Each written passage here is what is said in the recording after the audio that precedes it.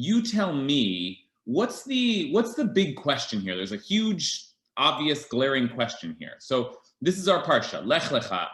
The Eternal One said, Vayomer Hashem el Avram, the Eternal One said to Avram, he didn't get the name Abraham just yet. Lech Lecha, go forth from your native land and from your father's house to the land that I will show you. To the land that I will show you. And I will make of you, God bless Debbie Friedman, and I will make of you a great nation, and I will bless you, and I will make your name great, and you shall be a blessing. I will bless those who bless you, and curse those who curse him that curses you, and all the families of the earth shall bless themselves by you. Like, wow, this is out of nowhere. Abraham hears this voice, and it's like, everything's going to change. Go forth, and all of this incredible stuff that you're going to be a blessing. The whole course of history will change. So you tell me, what's Parshanut, the tradition of interpreting and analyzing the Torah always begins with a question. So what's the big question here? What's the big question? Jody, would you start us off? The question is, why does he have to leave for that to happen? Good. Okay, good. Why? Yeah, what is the movement about, Gary? Well, I had a different question here. If we start out and, one of the things it says is, V'agadla shemecha, I'm going to make your name great. Then why is one of the big incidents in this Parsha that he gives him a new name? Okay. You can play with the name a little bit, but that's a specific question. I'm looking for a massive question. And I actually see it in the chat. And Shia, are you out there? Yes. Will you tell us what your question is? Why was he chosen? Good. Thank you for repeating what you wrote in the chat. But that's right. Why Abraham? That's the big question. Right? It's related related to all the questions you've been raising. But who is this guy? What's the big deal? Why is he chosen? We have no information. This is the guy. This is the one who will start the whole journey, that will begin our story for us. What is it about Abraham? Okay, and there are some famous answers, but there is one answer that is the most famous, and it is given by what I would say is like the most famous Midrash maybe ever written. Now, Midrash is the name for the rabbinic mode of interpreting the Bible, the rabbinic style of interpretation. And by rabbinic, I mean those same guys that wrote the Talmud, right? When they came to interpreting the Torah, their method was Midrash. Midrash literally means a kind of a seeking, looking for answers, right? Okay, here comes the most famous Midrash. Now, maybe it's so famous, I think, I mean, there's not many Midrashim that are really well known, but this one is, if I asked you, what story does the Midrash give about Abraham? Does anyone know? Like, what's the classic story? Sue, will you tell us? Abram destroyed the idols in his father's store. Excellent. That's exactly right. Abraham destroyed the idols in his father's store. So let's take a look at, that's the famous story. That's the one that it is so well known that I think many people assume it's in the Torah itself. Right? Like you often just, isn't this one of our stories? But actually, no, this is a Midrash. This is a piece of rabbinic interpretation and a way of addressing the question. Why Abraham? Well, here's why. Here's the backstory. Now, I want to take a look at it with you today, partially because it is, it's always worth looking at one of the classic, all-time classic pieces of Jewish text. But also because, here's a source sheet, we're going to take a look at it. But also because Midrash, this is what we're going to be working on today. How does Midrash work? Midrash, that rabbinic mode of interpretation, is it's sometimes thought of as the rabbis saw a gap in the text. They saw something missing, like Abraham's backstory, and they just made some stuff up, right? They just decided, okay, let's come up with a better story, right? And in fact, Louis Ginsburg's translation of the Midrash is called Legends of the Jews, right? So they're just legends, just good old tall tales that we told about our ancestors because we didn't have enough information because the Torah is so skeletal, it doesn't give us the full backstory. So in comes the Midrash, and here's a story for you. Okay, that is, I don't want to dismiss that that characterization entirely. There's something true about it. The Midrash is clearly coming up with new story, new material, new information. But part of what I want to explore with you today is the way that the Midrash is a form of parshanut.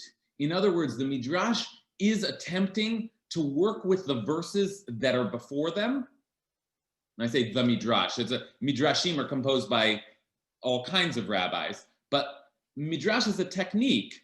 I want to try and claim, prove, insist that the authors of the Midrash were incredibly sensitive to the language and the words of the Torah, and we're trying to yes, there is a kind of creative element to it, but they're trying to come up with a story that grapples with the text itself. So even a classic Midrash like this one, where we got no backstory on Abraham, and all of a sudden we've got a famous story that comes out of nowhere.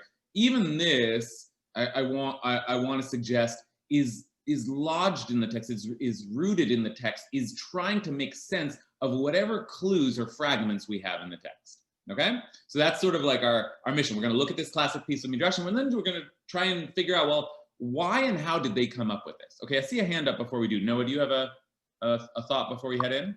Yeah, before we head in, I'm thinking, why did Abraham leave his parents? It seems relevant to today that eventually we all leave our parents' house. Now the Midrash gives us a good backstory why he left, but going to a land where only God knew where he was going, usually we all have an idea where we want to go, how we want to get there.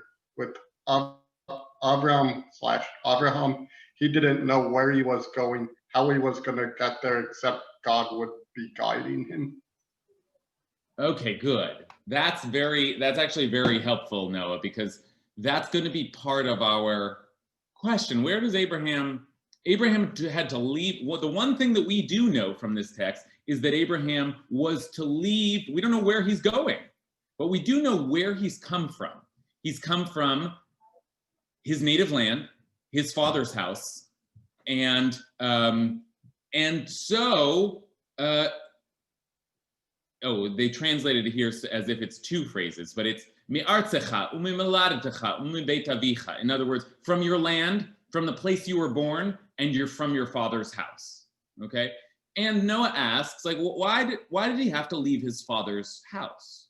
What is it? What is it about this command that requires that Abraham detach from whence he came? And in a way, Noah is, before even looking at the Midrash, already helping us to understand where this Midrash might be coming from. Because after all, it's, as Sue said, if this is a story about a guy who is in his father's shop, in his father's house, and then the Torah starts by saying you have to leave your father's house, well, okay, we already start to see like a connection, at least a jumping off point for thinking about how this Midrash was constructed. I hope by the end of our hour, we'll fill that even further. Okay, but let's take a look. Let's take a look at the famous Midrash. Okay, now the Midrash begins with what's called a dibur matchil. Most commentary, the tradition, the style of commentary is to give you a dibur hamatchil. That means the words that begin the commentary. And those are these words right here. the words that begin Dibur Matchil. And that is just a reference back to the text, as if to say, I'm about to explain these words in the text. Okay? Rashi will do that, all the commentators will do that, and so too does the Midrash. Gives you a little bit of a, here's what we're going to talk about, and then I'll get into it. Now, the Dibur Matchil here, for this most famous Midrash, is not Lech Lecha. Oh, Lech Lecha, where does Abraham come from? I'll tell you. Actually, the Dibur Matchil is from an earlier verse, and Haran died in the presence of his father Terach. Okay. Now, already your alerts, your signals should be buzzing, right? Because what's that got to do with anything? And Haran died in the presence of his father Terach. Oh, Terach, that's Abraham's father's name. So that much, we have a connection here. But what's, so somebody else, somebody died. Okay, we're going to have to follow that thread back eventually, but let's leave it aside for now. Let's take a look at the Midrash. Okay, here it is. Most famous Midrash, I would say, ever. Rabbi Chia said, Abraham's father, Terach, was an idol manufacturer, Oved Slamim. Once he had to travel, so he left Abraham to manage the shop. People would come in and ask to buy idols. Abraham would say, how old are you? The person would say 50 or 60. And Abraham would say, isn't it pathetic that a man of 60 wants to bow down to a one-day-old idol? The man would feel ashamed and leave. Okay, just note here in this famous Midrash that tells the backstory of Abraham that Abraham comes off as kind of a jerk in the telling. Okay, like it's kind of surprising that he's not a pleasant character, but a clever one. Okay, and that seems to be part of the point. One time a woman came with a basket of bread. She said to Abraham, take this and offer it to the gods. Abraham got up, took a hammer in his hand, broke all the idols to pieces, and then put the hammer in the hand of the biggest idol among them. When his father came back and saw the broken idols, he was appalled. Who did this? He cried. Abraham said, what can I hide from you? A woman came with a basket of bread and told me to offer it to them. I brought it in front of them, and each one said, well, I'm going to eat it first. Then the biggest one got up, took the hammer, and broke all the others to pieces. What are you trying to pull on me? Asked Terach. These things have no consciousness. Said Abraham, do your ears hear what your own mouth is saying? V'lo yishmo oznecha ma shepicha omer. Okay, again, a little bit obnoxious. But what's going on here? What's the point of the story? What are we supposed to learn from this story? The question is, where does Abraham come from? And the answer is, oh, let me tell you a story about how he was once an obnoxious teenager in his father's shop. What's the point here? Okay, let's see. Wendy and Alexandra have hands raised. Who wants to respond first? Wendy, give us a. So, this is a wonderful way of saying you have to let go of all those things that you've lived with all your life, who you came from, what their belief systems were. If we're starting something that's new, we have to come to it without any preconceived notions. And that everything that, and of course, there's a theme throughout Torah, don't have any false idols before me. This is a big point to be made throughout Torah. So to begin with these objects that people believed held power, to absolutely destroy them. Underneath, this is the backstory. That's the end of that. And then to go, Abraham doesn't know where he's going, but he goes. He still goes. And that's the point. And there's nothing else now to hold him back. Whatever belief systems, whatever had been a reality for him can no longer be there. I mean, it goes up, but I mean, that's my thought. Okay, all right. Abraham is being asked to plunge himself blindly into the future, And so part of what we're learning here is, well, he was willing to do that in part because he had already severed himself from his past. So when God says, leave your father's house and your land, it sounds like a mighty ask, a tremendous sacrifice. But as it turns out, Abraham was already cutting himself off from that world. So maybe it wasn't as difficult or as surprising as it might seem that Abraham just went, lech lecha, and he went. Alexandra, what do you think? So I really appreciate what Wendy said because it softened my opinion of the rabbis who wrote this Midrash. So thank you, Wendy. I find it a very kind of disturbing story to justify this story because it's a story to me that seems to be saying God doesn't want us to question. God wants us to be an asshole, and pardon my language, to other people who believe differently, which is so not, as I understand, Judaism. And so I'm interested in a Midrash that explains how does Abraham know who God is, and how, as opposed to some strange voice in his head, go do this, which would make Abraham an idiot for following it. So I'm interested in a Midrash that would explain how does, and I'm wondering if there is one, how does Abraham know this is God, that this is a voice worth following? How does Abraham show any discernment or wisdom in following this voice? And how does Abraham have an understanding of who and what God is, or what godliness is, and how that's worth pursuing? As Wendy said, in breaking from the past, how does he know this is a better path? That's what I'm curious about. Good. All of those questions are last questions that Alexandra listed are extremely helpful for thinking about, for amplifying the question, why Abraham?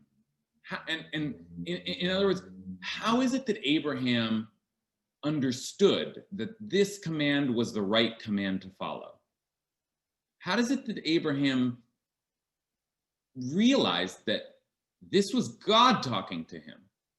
And you might ask the similar questions about this Midrash. How did Abraham know that if you grow up in a culture of idols, how is it that Abraham was smashing them? The original iconoclast, right? Literally. So what are we supposed to understand about Abraham and his spiritual awareness? Elizabeth?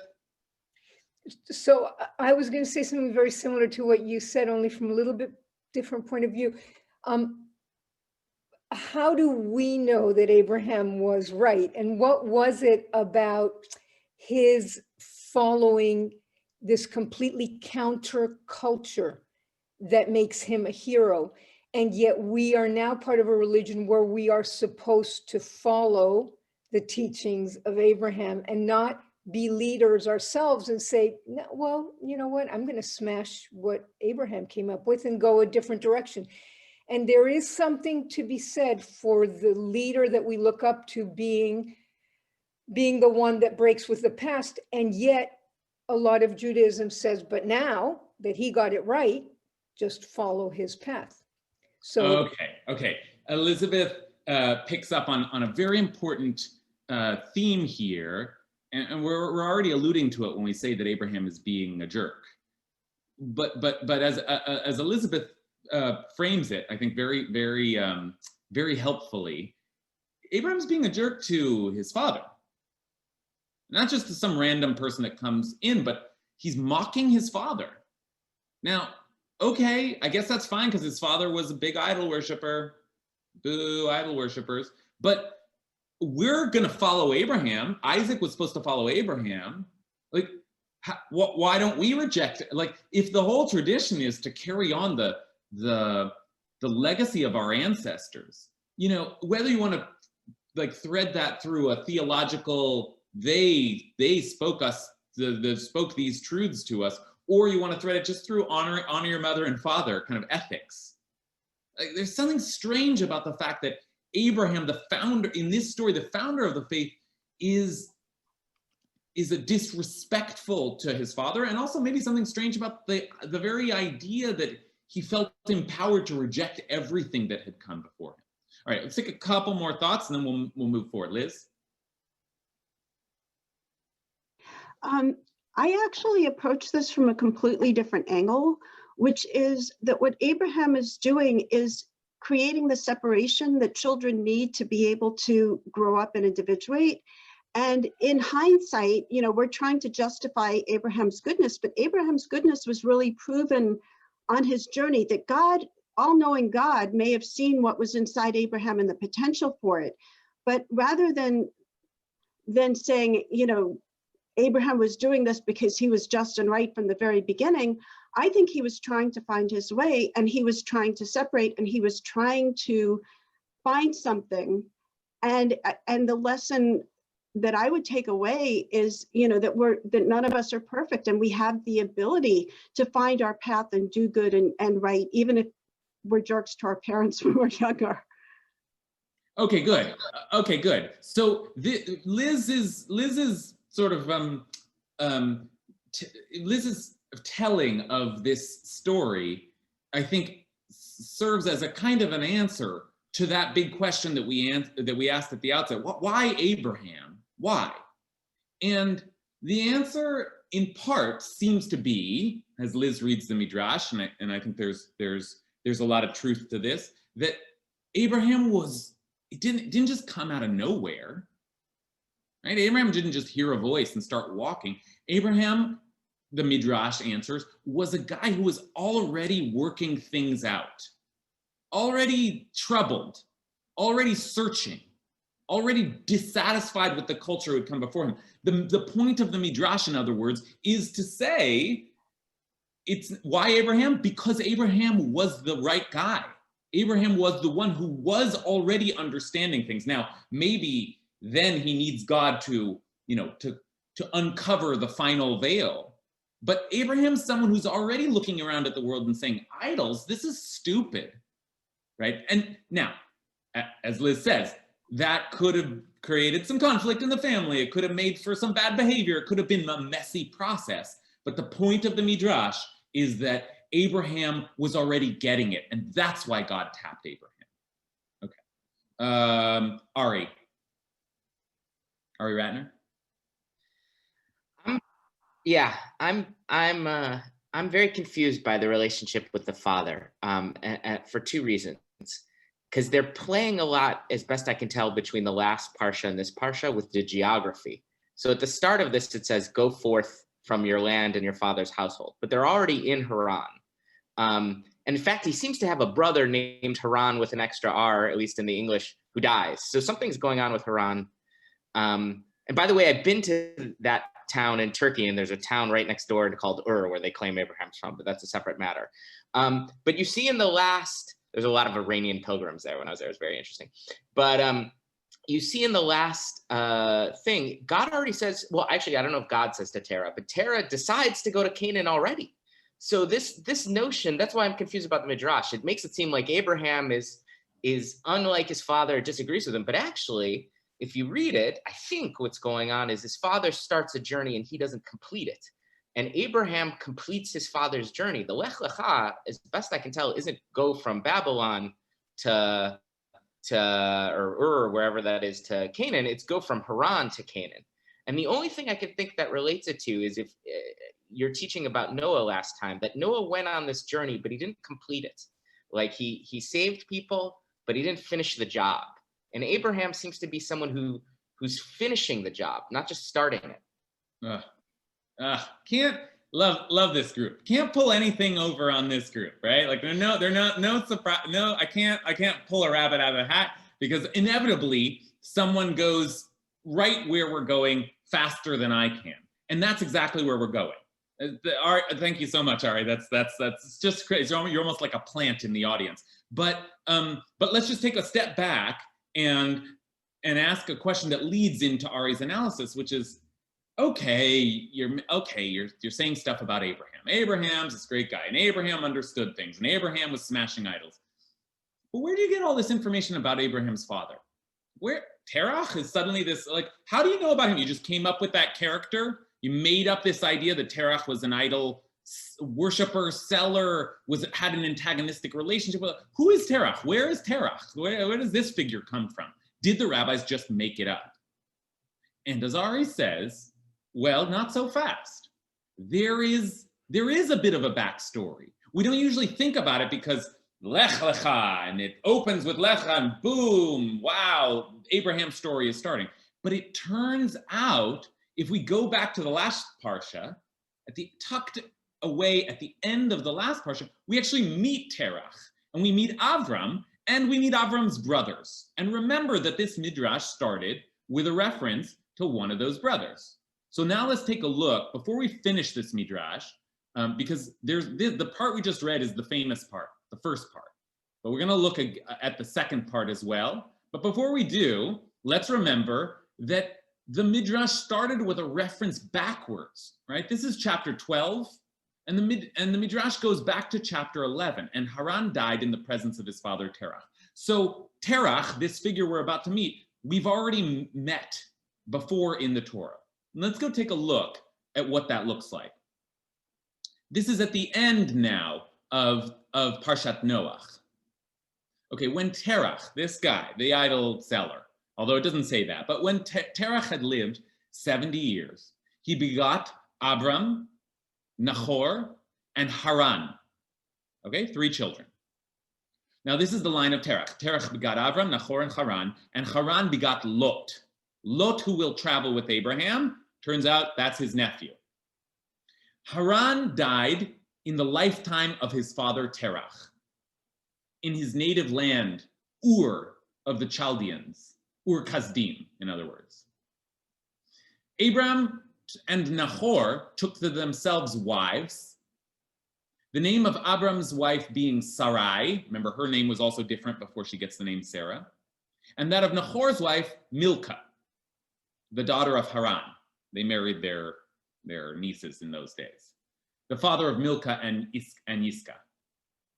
Now, Sarai was barren. She had no child. That will come upon later. And then here, Ari calls this out, and it is quite striking, though we don't spend a lot of time discussing it. Terach took his son Abram, his grandson Lot, the son of Haran, and his daughter-in-law Sarai, the wife of his son Abram, and they set out together from Ur Kasdim, Ur of the Chaldeans, for the land of Canaan. But when they had come as far as Haran, and here's where Ari was saying it's like sort of the same, because in like the name of the son and the name of the place are almost the same, but it is different. It's a hey for Haran here for the son's name, and it's a chet for, where is it? Haran, chet here. So it does seem that the Torah is playing with the sound similarity, but they are slightly different names. So just I've changed it to the CH here just so we could distinguish. But let's just read that again, because it's quite a significant fact. Terach took his son Abram, his grandson Lot, the son of Haran, and his daughter-in-law Sarai, the wife of his son Abram, and they set out together from Ur of the Chaldeans for the land of Canaan. But when they had come as far as Haran, they settled there. The days of Terach came to 250 years, and Terach died in Haran. Okay, that's the backstory that we get. Now, in that story, what stuck out? What was strange or surprising? What seemed like critical information in the story we just read? Got a little begats, names of the sons, travel. Wendy, well, what do we see? He chooses Abram, Sarai, and Lot. That's it. Of this whole family that's been just described to us. That's who he particularly chooses to leave with. Okay, good. Terach, okay, first of all, I'll say what Ari already said. In some ways, the most striking fact of all, which is that Terach left. Terach left. Terach went to the land of Canaan. The land of Canaan, by the way, is what they called Israel before they called it Israel. The land of Terach left. So what do you mean? Like, what's the big deal here that Abraham's going to leave his land. Terach already took Abraham out. And as Wendy says, Terach seems to be hand-selecting the people that we will later learn Abraham traveled with. Doesn't seem to be Abraham's doing it all. Terach is the one that took them all out. Okay, so that's pretty significant. What else happened in that short passage that seemed of critical importance? Hal? Well, I mean, they didn't get there. They stopped in Haran, and it all just suggests to me that you could look at what Abram does as a continuation of what his father started. So instead of being this snarky teenager who breaks all the idols, he's really finishing something that his father started in one sense. But okay, right, good. Terach takes them as far as Haran, which is in the land of Canaan, right? And Abram comes from like Iraq, let's say, and they come into the land as far as they cross over the border into Canaan, and they come over as far as Haran, and then here, let's take a look at how this works in the Torah. If we were to go to that first, okay, the Eternal One said, leave and I'll make of you a great nation. And then what does that look like?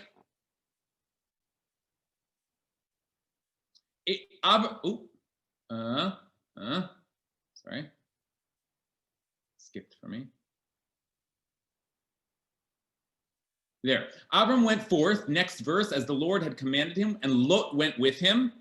Abram was 75 years old when he left Haran. When he left Haran, that's the place that Terach took him to, right? So that's strange.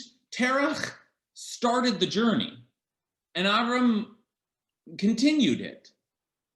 But it takes a little bit of the force out of the Abram, this spiritual avatar who understood everything and left everything. Terach started the journey. Okay, so we're gonna have to take that into account. Actually, if that were true, it seems like it would lead to a different Midrash, right? Like if you're gonna make a story based on that fact, you would make a story that says, why Abraham? Because his father Terach was already gaining spiritual insight and was setting him on his way. Why didn't it go that way? Why instead blame Terach and call him an idol worshiper? Okay, but there is one other very important piece of information in this short passage, and we got it in the Dibur Matchil, in the opening verse that this Midrash is using to jump off. And that is, let's take a look at it. That is, something strange happens. The Torah just mentions and then blows past, which is that Terach had 3 children, and Haran died in the lifetime of his father Terach. Okay. Like one of the kids died. That's a big fact. There are 3 children, and one of Abraham's brother died back there. Okay? And then it seems Terach took Abraham and hightailed it out of town. Okay? Okay, those are just like skeletal brief facts that we have. But now we're going to see how the Midrash tries to take that information and use it to construct a story. And we need one more piece of information before we go back to our Midrash. And it is just another little snippet that the Torah gave us about a figure named Nimrod, right? And we say in English, you're a Nimrod. So this is where it comes from. Okay, so this is like another kind of snippet, usually not a critical piece of text, but I want to give it to us so that we know what else the Midrash is using to construct this tale.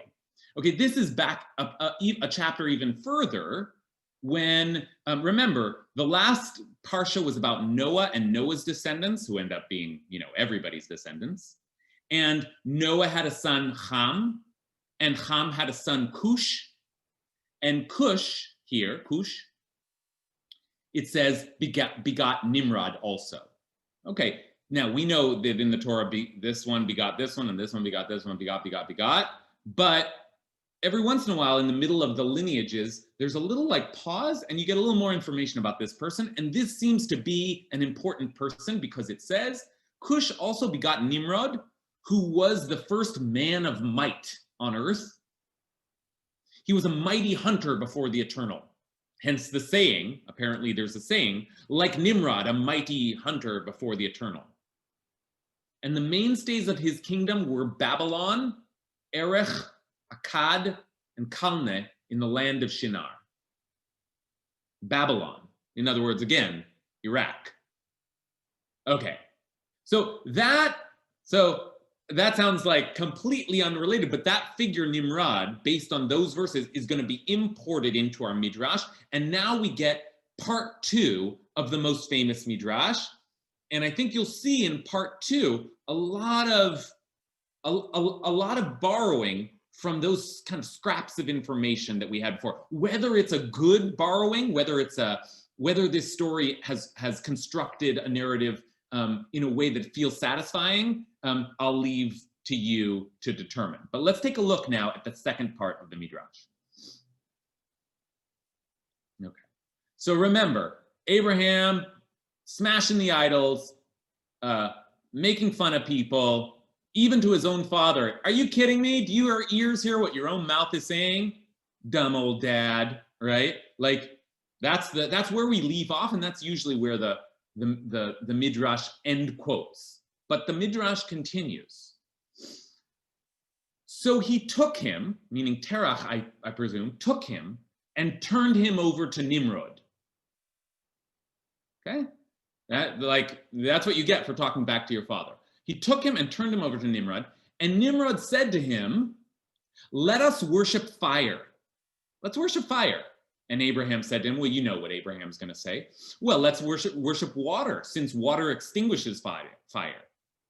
This is like an ancient game of rock, paper, scissors, right? And Nimrod said, okay, let's worship water. Well, in that case, said Abraham, we should worship the clouds, since they carry water. And Nimrod said, okay, let's worship the clouds. Then we should worship the wind, said Abraham, since it drives the clouds across the sky. Yes, we should worship the wind, the ruach. Let us worship human beings, said Abraham, for human beings can withstand the wind. And then Nimrod says, you're just playing with words, right? Milinat at mishtai.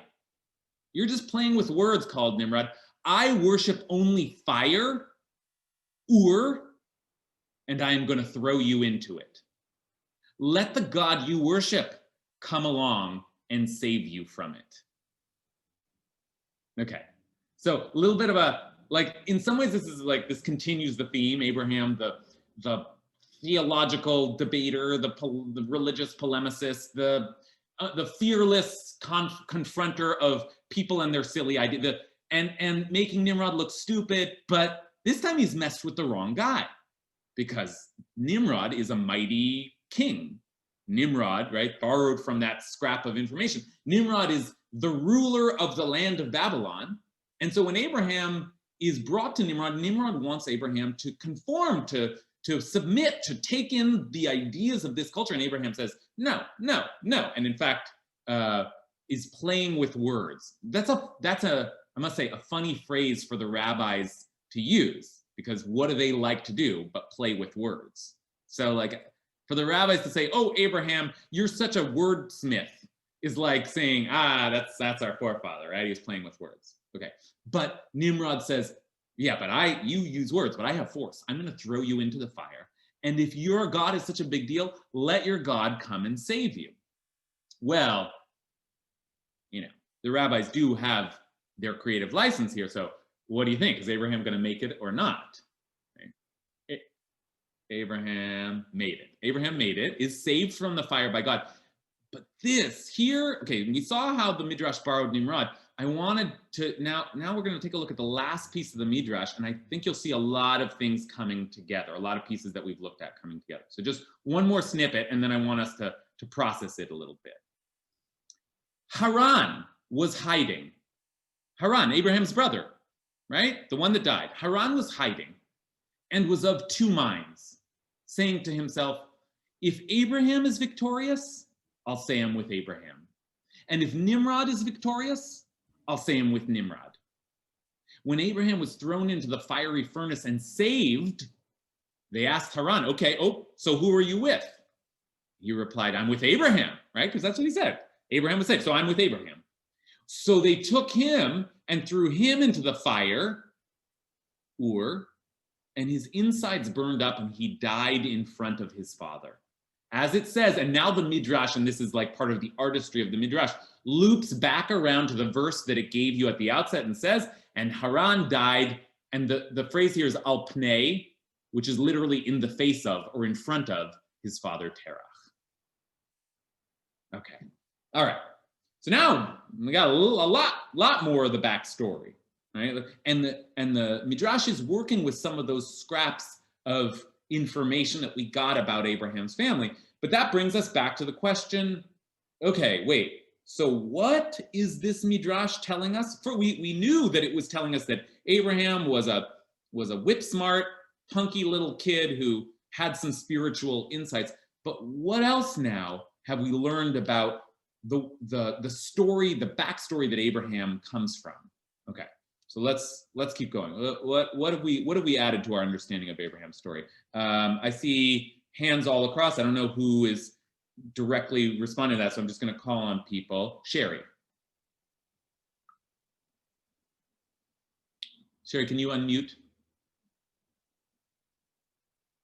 We can't hear you. We can't hear you, Sherry. I'm going to ask you to unmute. Yeah, there we go. There you go. Oh, you muted again. There you go. Can you hear me? Yep. Okay, good. So first of all, I think a lot of what we have spoken about, which is fascinating, is that we tend to be storytellers as a people.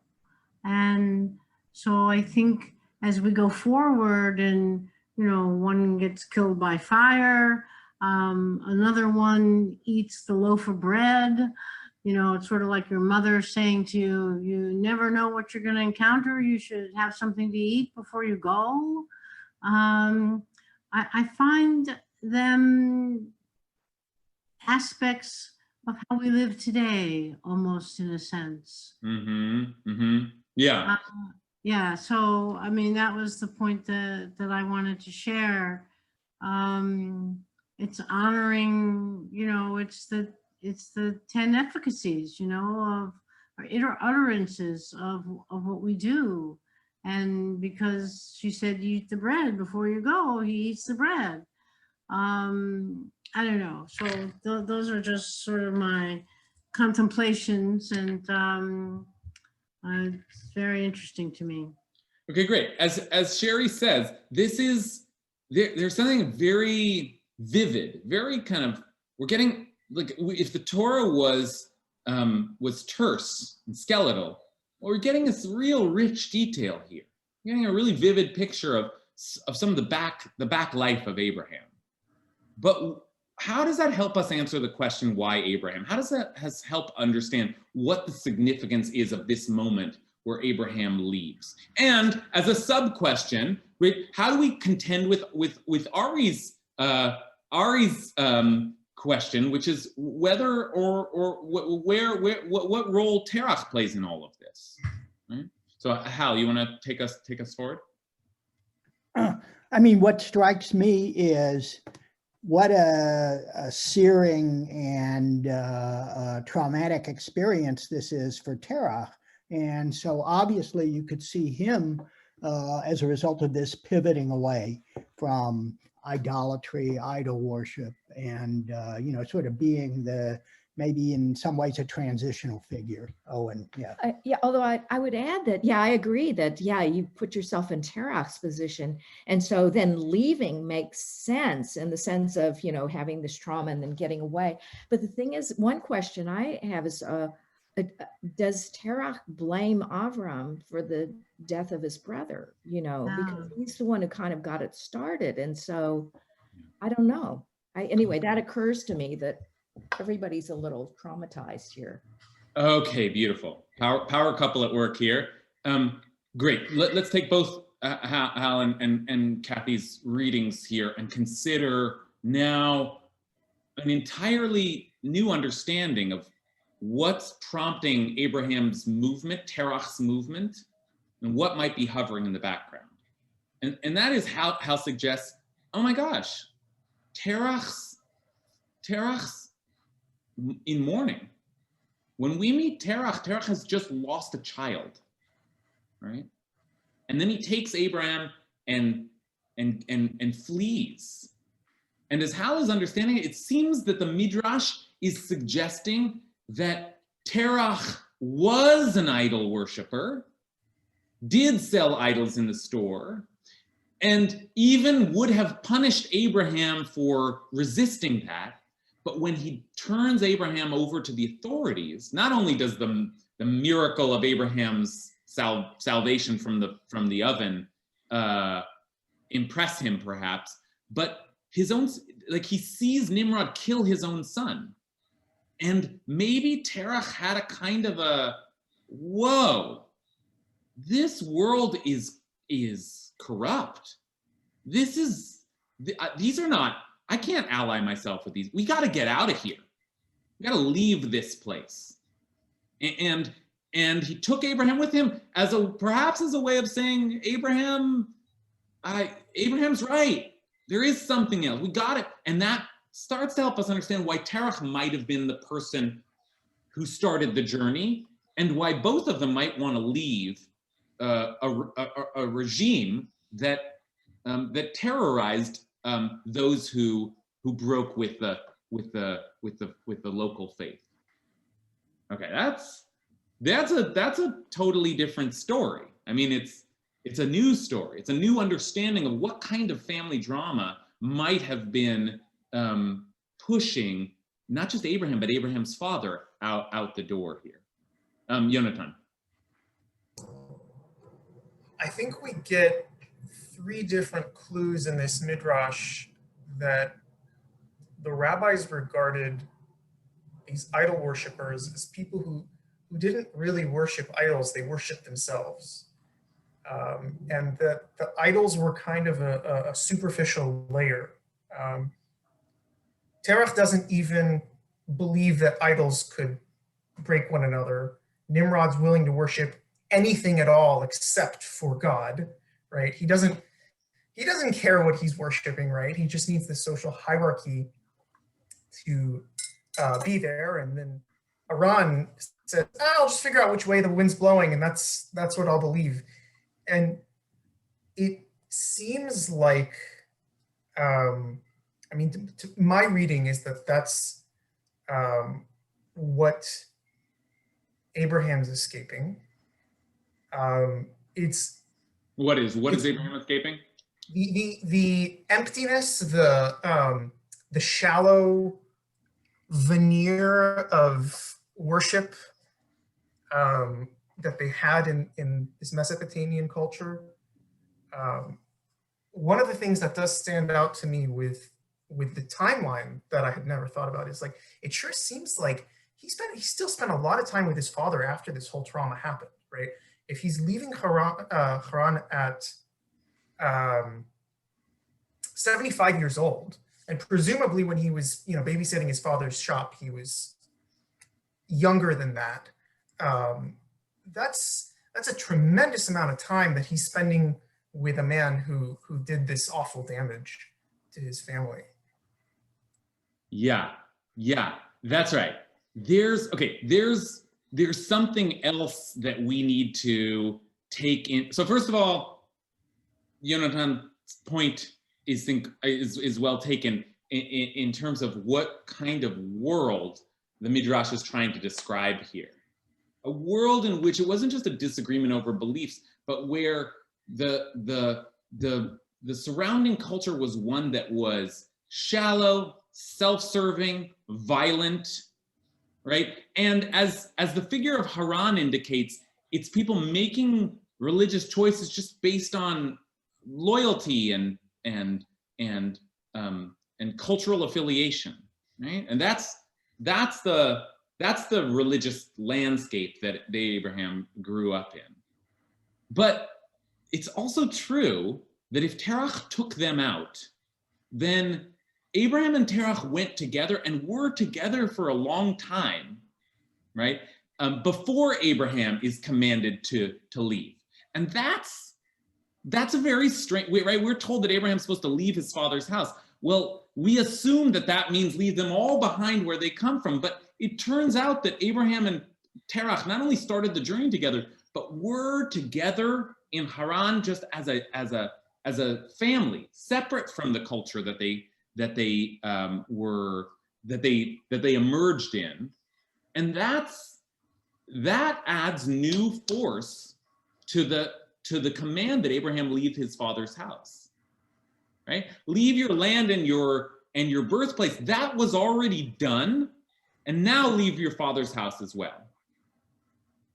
Okay. Let's see, Ruth. No, not you're good. Okay, Lila. Hi. Hi. Yeah, I think this takes it away a little bit from the sort of family drama, but I see in learning about this family, learning something about the rabbis here, it seems like this sort of great defense of monotheism, like maybe the first. And I think we have this idea now, like faith is not something we have to prove. Like it's the one thing we don't have to prove. It's subjective, it's personal. But at this time, there's like there are these competitions, like who's right? And like this Midrash seems to be divided in two. And like, I feel like the rabbis are covering their bases here. So you have in the second half, like the old school kind of magic where God literally shows up, proves God's self, you know, something happens where that it can't be disputed. And then you have like the position the rabbis are in their time of like not seeing God and being able to do that. And they have their sort of cleverness and language and these oral arguments. And that is the kind of personality that we see in Abraham in the Midrash. Right. Okay, good. Like there's some question here as to whether the